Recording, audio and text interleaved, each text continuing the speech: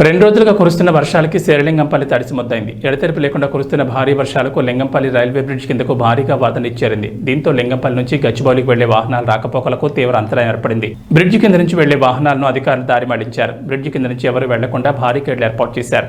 Bridge కింద ఉన్న drainage పొంగి పొరుతుండడంతో ఇరువైపుల నుంచి ఎవరిని రానివ్వకుండా అధికారులు ఇక చేసేదేమీ లేక నల్లకండ్ల ఫ్లైఓవర్ నుంచి వాహనాలు మళ్లిస్తున్నారు. డ్రైనేజ్ వ్యవస్థ సరిగా లేకపోవడం వల్లే రైల్వే బ్రిడ్జ్ కింద వరద నీరు చేరిందని స్థానికులు ఆరోపిస్తున్నారు.